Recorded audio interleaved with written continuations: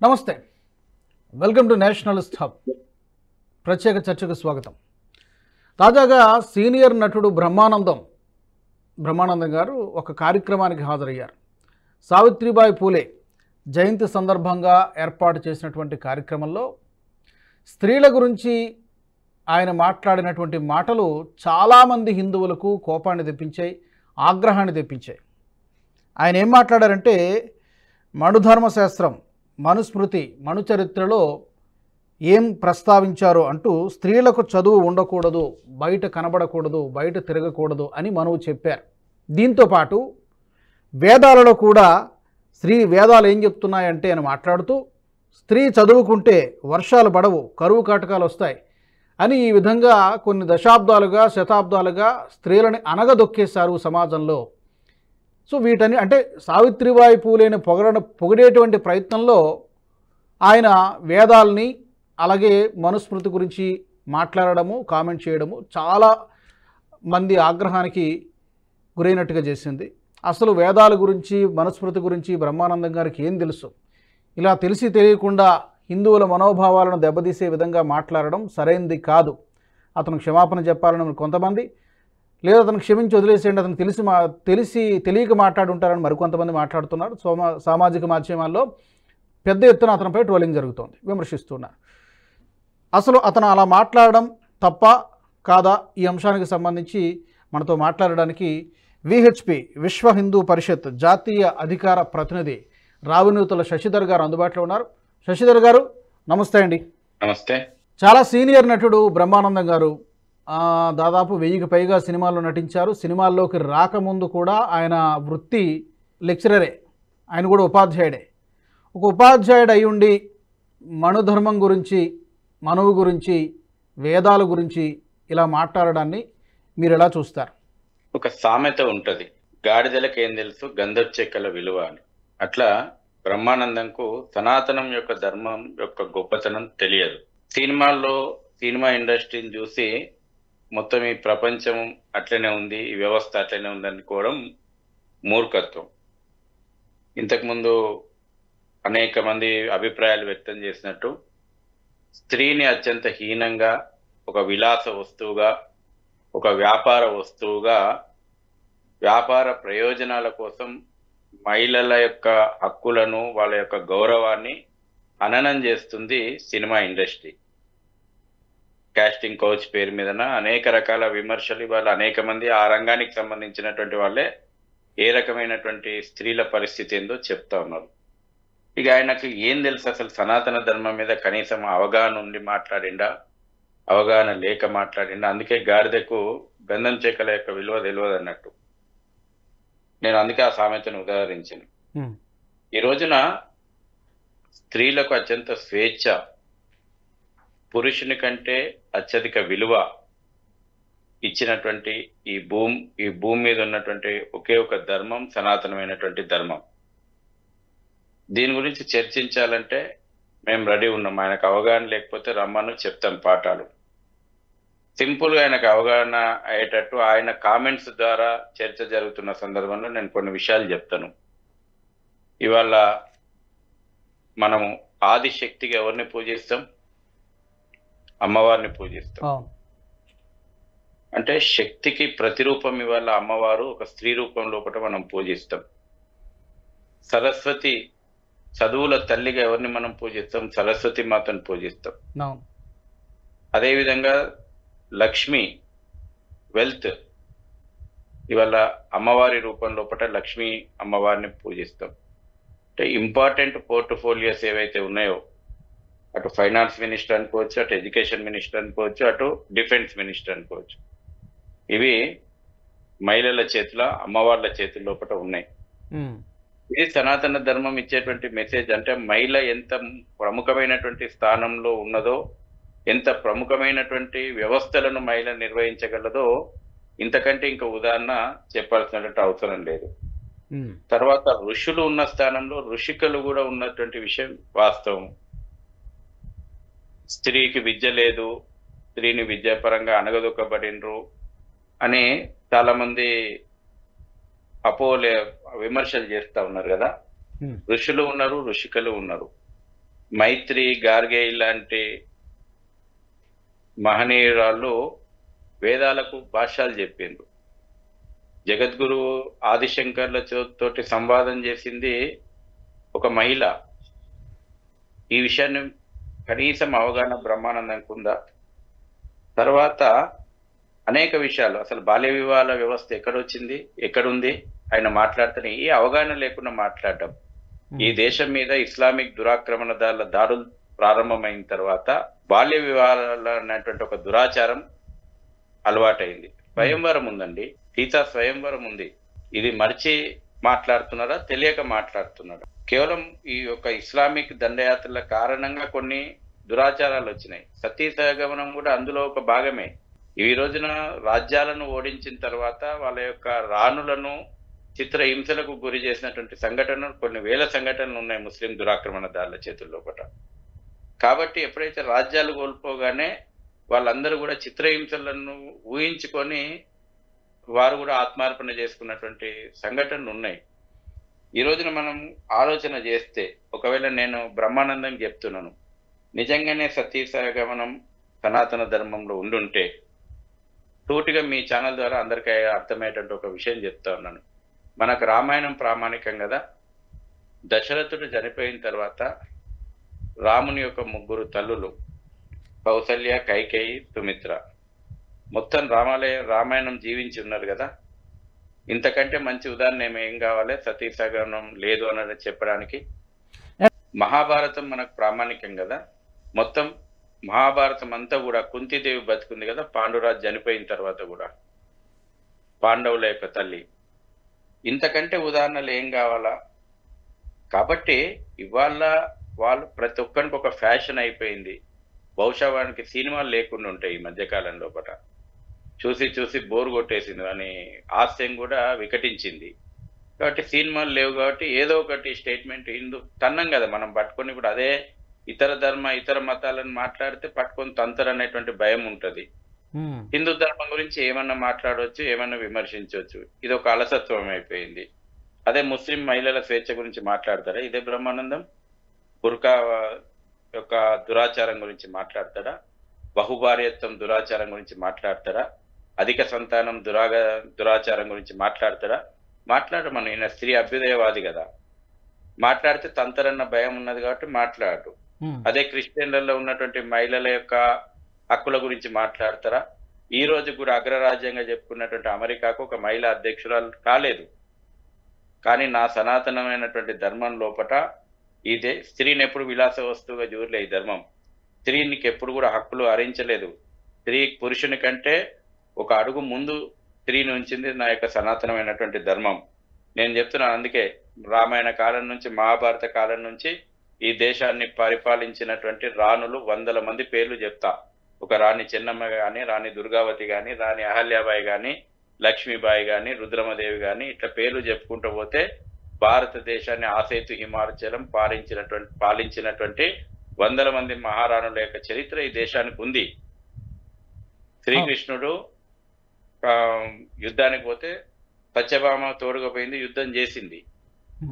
ఇది మహిళ యొక్క పరాక్రమం. అనేక మంది రాక్షసులను అమ్మవారు ఆది పరాశక్తి సంహరించింది. ఇది మహిళ యొక్క శక్తి. ఆ రకంగా మహిళను పూజించింది, ఆదరించింది, మహిళకు అత్యున్నతమైనటువంటి గౌరవం ఇచ్చింది. పచ్చకామెళ్ళు వచ్చినోనికి లోకమంతా పచ్చగానే అన్నట్టు ఆ సినిమా ఇండస్ట్రీలో ఉన్నటువంటి ఆ యొక్క మహిళ యొక్క దీన స్థితి మొత్తం సమాజంలో అట్లనే ఉంటుంది అనుకున్నాడు. అక్కడ కూడా మారాలా.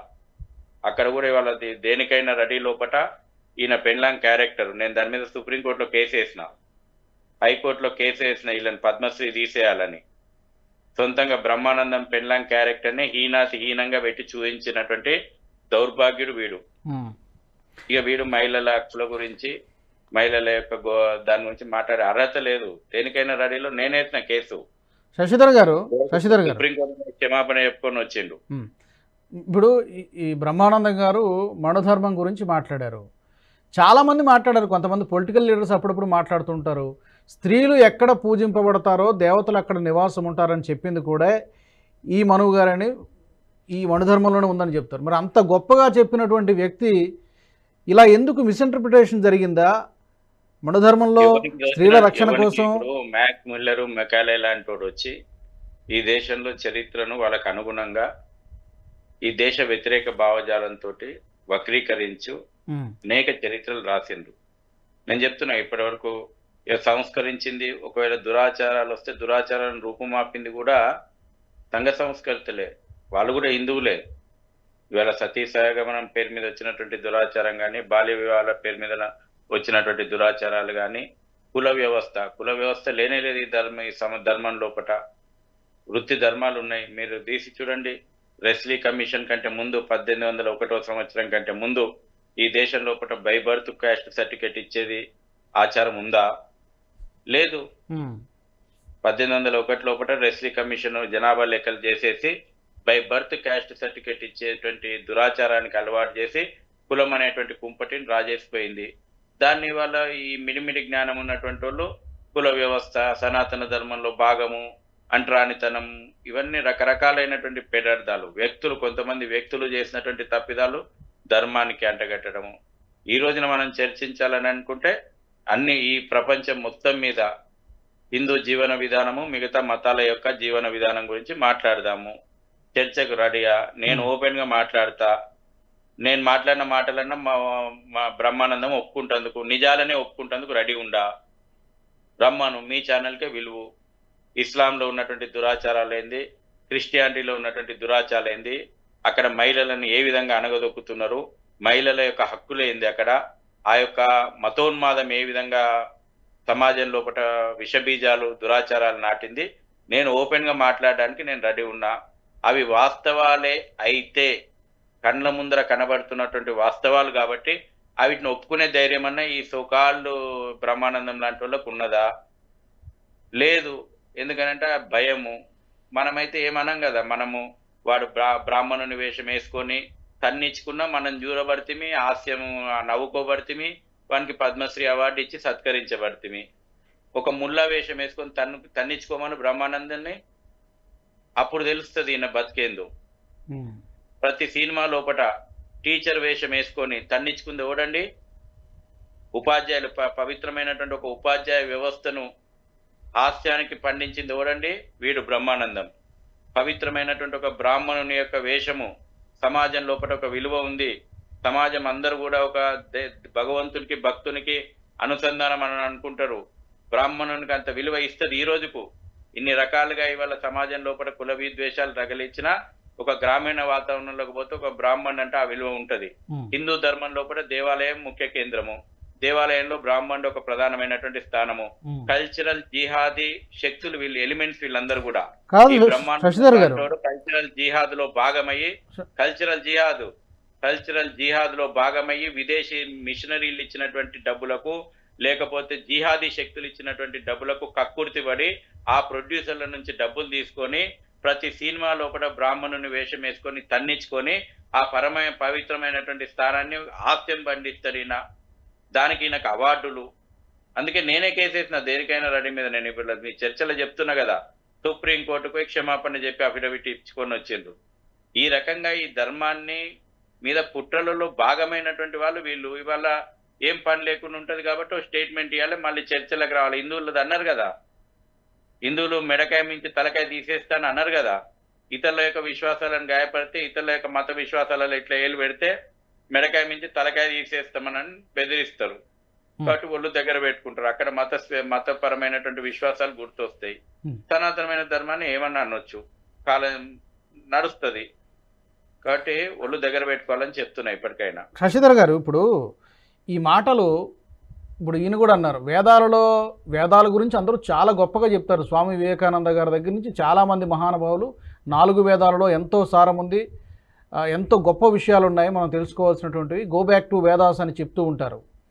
అలాంటి వేదాల గురించి బ్రహ్మానందం గారు ఎక్కడ చెప్పింది? అసలు స్త్రీలు చదువుకోకూడదు, బయటికి రాకూడదు, స్త్రీలు చదువుకుంటే కరువు కాటకాలు వస్తాయి, ప్రకృతి విపత్తులు వస్తాయని చెప్పి ఇలాంటి ఎందుకు వచ్చింది అసలు మేల్ డామినేటెడ్ సొసైటీ అనే మాట కానివ్వండి, స్త్రీలు అణగదొక్కబడి, అఫ్కోర్స్ కొన్ని చోట్ల జరిగి ఉండొచ్చు, పూర్తిగా జరగలేదని చెప్పలేం. కానీ ఈ వెర్షను మనుధర్మం మీద కూడా చాలామంది చాలాసార్లు విమర్శలు చేశారు. బట్ వేదాల మీద ఎప్పుడు ఎవరు విమర్శలు చేసిన దాఖలాలు చాలా చాలా తక్కువ. ఇప్పుడు కనీస అవగాహన లేకుండా మాట్లాడిండు. అవగాహన ఉండి మాట్లాడితే మనం ఏమైనా చర్చించుకోవచ్చు. భూమిని భూమాత అంటాం, గంగను గంగామాత అంటాం, గోవును గోమాత అంటాం, ప్రకృతిని వనమాత అంటాం, తులసి మాత అంటాము. ప్రతి దాంట్లో మాతృత్వాన్ని పూజించేటువంటి గొప్పదైనటువంటి సంస్కృతి మనది. ఇంత గొప్పదైనటువంటి సంస్కృతి లోపల మనం గర్వపడాలా? వీళ్ళ కనీస అవగాహన లేకుండా మాట్లాడి, ఇప్పుడు వేదాల గురించి నాకు తెలుసు ఆయనకు, వేదాల గురించి ఏం తెలిసిండు ఆయన, ఏం తెలుసని మాట్లాడిండు ఆయన. సెల్ఫ్ రెస్పెక్ట్ విషయంలో కానీ అసలు ఇటువంటి వాళ్ళు ఒక ఆత్మాభిమానంతో లేనటువంటి జీవులు వీళ్ళందరూ కూడా. తమ యొక్క సంస్కృతి పట్ల ఏమాత్రం గౌరవము అవగాహన లేనటువంటి వ్యక్తులు, తమ యొక్క ఆత్మవిశ్వాసం లేనటువంటి వ్యక్తులు. స్వామి వివేకానంద గురించి మీరు గుర్తు చేసిండ్రు. స్వామి వివేకానంద మహిళ యొక్క గౌరవము, డిగ్నిటీ గురించి మాట్లాడినటువంటి వ్యక్తి. ప్రపంచం లోపల ఆ రోజు వరకు కూడా మహిళలకు హక్కులు లేనటువంటి రోజున ఇవాళ ఇక్కడ మనం కనీసం ఓటు హక్కు లేకుంటుండే. స్వామి వివేకానంద 1893 సెప్టెంబర్ 11 చికాగో సమావేశం లోపల మాట్లాడుతున్న రోజున చాలా దేశాల లోపల, అమెరికాలో కూడా మహిళలకు కనీస హక్కులు లేనటువంటి రోజులు అవి. ఆ రోజున వాళ్ళకు గుర్తు చేసి వచ్చిండు సనాతన ధర్మం లోపల మహిళల యొక్క గొప్పతనం ఏంది, మహిళల హక్కులు ఏ విధంగా ఉండాలని పాశ్చాత్య దేశానికి గుర్తు చేసి వచ్చినటువంటి స్వామి వివేకానంద. నేను డేట్ కూడా చెప్తున్నా, 1893 సెప్టెంబర్ 11 చికాగో. పాశ్చాత్య సంస్కృతి గుర్తు చేసి వచ్చిండు. మీరు మహిళలకు గౌరవం ఇవ్వండి, మహిళలకు హక్కులు ఇవ్వండి, మహిళలకు సమానత్వం ఇవ్వండి. మహిళా శక్తి ఈ ప్రపంచాన్ని ముందుకు తీసుకుపోవడం లోపల, సమాజం అభివృద్ధి చెందడం లోపల, సర్వతోముఖ అభివృద్ధి కావాలంటే మహిళల భాగస్వామ్యం ముఖ్యము. మా సనాతన ధర్మం ఇదే చెప్తుంది, మీరు కూడా దీని నుంచి ఈ విలువలను నేర్చుకోండి అని యావత్ ప్రపంచానికి జ్ఞానం వచ్చేటట్టు జ్ఞానం చెప్పేసి వచ్చిండు. ఈ మాటలు వింటే బ్రహ్మానందం తల్లి సిగ్గుపడుతుంటది, ఈ దౌర్భాగ్యుని కన్నా నేనని. ఈ మధ్యనే అంటే మీరు అన్నట్టుగానే అవగాహన లేకపోవడం, మిడిమిడి జ్ఞానంతో మాట్లాడే వాళ్ళ వల్లే ఇలాంటి సమస్యలన్నీ కూడా వస్తున్నాయి. అన్ఫార్చునేట్లీ ఈ మధ్యన ఈ 1-2 రోజుల్లో ఇంకొక టీవీ యాంకర్ కూడా ఒక ఆడియో రిలీజ్ ఫంక్షన్లోనే ఎక్కడో మాట్లాడింది. రామలక్ష్మణుల గురించి ప్రస్తావిస్తూ ఫిక్షనల్ క్యారెక్టర్స్ అని మాట్లాడారు అవి మాట్లాడారు. అయితే తర్వాత మళ్ళీ పెద్ద ఎత్తున సోషల్ మీడియాలో ట్రోలింగ్ జరిగేసరికి తర్వాత తప్పు తెలుసుకుని నేను భక్తురాలని, పొరపాటు అయిపోయింది క్షమించండి అని చెప్పి తర్వాత ఆమె క్షమాపణ చెప్పడం జరిగింది. మరి చూడాలి. ఈ విషయంలో కొంత ఫ్లెక్సిబిలిటీ ఉంటా, మీకు ఆశ్చర్యం అనిపించచ్చు. అంటే యంగర్ జనరేషన్ తెలియకుండా అనేదాన్ని మనం క్షమించవచ్చు, కానీ ఉద్దేశపూర్వకంగా కుట్రపూరితంగా అన్నటువంటి వాటిని క్షమించవద్దు మనం. ఇప్పుడు ఈ రోజున యంగర్ జనరేషన్ చాలా మటుకు, అందుకే నేషనల్ ఎడ్యుకేషన్ పాలసీ రూపొందించబడుతుంది. చాలా దేశాలు ఇవాళ భగవద్గీతను పాఠ్యాంశంగా యూనివర్సిటీలు, జర్మనీ, జపాన్ లాంటి చోట్ల యూనివర్సిటీల్లో కూడా భగవద్గీత యొక్క గొప్పతనం బోధించబడుతుంది. మన దగ్గర పెడితే అది సాఫ్రనైజేషను, ఈ దేశం సెక్యులర్ పునాదులకు ఏమేమో ఆటంకం వచ్చింది, ప్రమాదం వచ్చింది, ఈ దిగజాడు ఓటు బ్యాంక్ రాజకీయాలు చూస్తుంటాం కదా.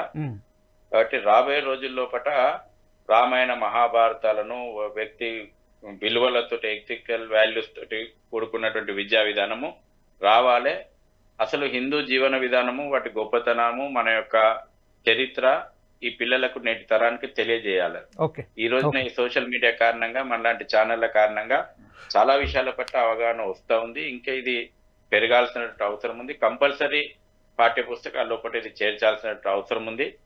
ఆ అమ్మాయి తెలియనితనంతో అన్నది ఎంబడే తప్పును సరిదిద్దుకున్నది, అది గౌరవం. ఆ అమ్మాయికి, శ్రీముఖి అనే అమ్మాయికి గౌరవము.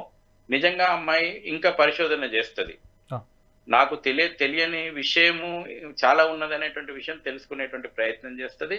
కాబట్టి అటువంటి దాన్ని మనం క్షమించవచ్చు, దాన్ని మనం పెద్దగా చేసి చూపెట్టాల్సిన అవసరం లేదు. కానీ ఉద్దేశపూర్వకంగా ఇప్పుడు రామ్ గోపాల్ వర్మ లాంటి వాడు ఉంటాడు, వాని సినిమాకు ప్రమోషన్ కావాలంటే ఏదో ఒక వివాదం కావాలా. బ్రహ్మానందం లాంటి వాడు ఉంటాడు. ఇటువంటి విధవలు ఉన్నారు కదా, వీళ్ళని క్షమించొద్దు మనం, చట్ట ప్రకారం శిక్షించాలి. సో బ్రహ్మానందం చేసినటువంటి వ్యాఖ్యల పట్ల పెద్ద ఎత్తున విమర్శలు వ్యక్తమవుతున్నాయి హిందూ సంఘాల నుంచి, హిందువుల నుంచి కూడా. సామాజిక మాధ్యమాల్లో అలాగే మెయిన్ స్ట్రీమ్ మీడియాలో కూడా కొంతమంది విమర్శిస్తూ ఉన్నారు. మరి తన తప్పు తెలుసుకొని బ్రహ్మానందం ఏమైనా క్షమాపణ అడుగుతారా, లేకపోతే ఎవరేమనుకుంటే నాకెందుకు లేని ఊరుకుంటారా చూడాలి. ఏదైనా కూడా సనాతన ధర్మం పట్ల కానీ, వేదాలు, అలాగే మనుస్మృతి కావచ్చు, మహాభారతం, రామాయణం ఇలాంటి అంశాల పట్ల, ఇలాంటి విషయాల గురించి మాట్లాడేటప్పుడు చాలా చాలా జాగ్రత్తగా ఆలోచించి మాట్లాడడం మంచిది. ధన్యవాదాలు శశిధర్ గారు చర్చలో పాల్గొన్నందుకు. Thank you very much. ఈ వీడియో మీకు నచ్చినట్టయితే లైక్ చేయండి, షేర్ చేయండి. అలాగే తప్పకుండా బ్రహ్మానందం చేసినటువంటి వ్యాఖ్యల పట్ల మీ అభిప్రాయం ఏంటి కామెంట్ల రూపంలో తప్పకుండా తెలియజేయండి. అతని వ్యాఖ్యలను సమర్థిస్తున్నారా, వ్యతిరేకిస్తున్నారా, మీ కామెంట్ల రూపంలో మాకు తెలియజేయండి. Keep watching Nationalist hub. ఈ వీడియో మీకు నచ్చినట్టయితే లైక్ చేయండి, 10 మందికి షేర్ చేయండి. అలాగే కామెంట్ల రూపంలో మీ అభిప్రాయాలను మాతో పంచుకోండి. Nationalist hub group of channels ను సబ్స్క్రైబ్ చేసుకుని తెలుగునాట జాతీయవాద జర్నలిజాన్ని ప్రోత్సహించండి. ఈ వీడియో కింద ఉన్న బెల్ ఐకాన్ పై క్లిక్ చేయడం మర్చిపోవద్దు.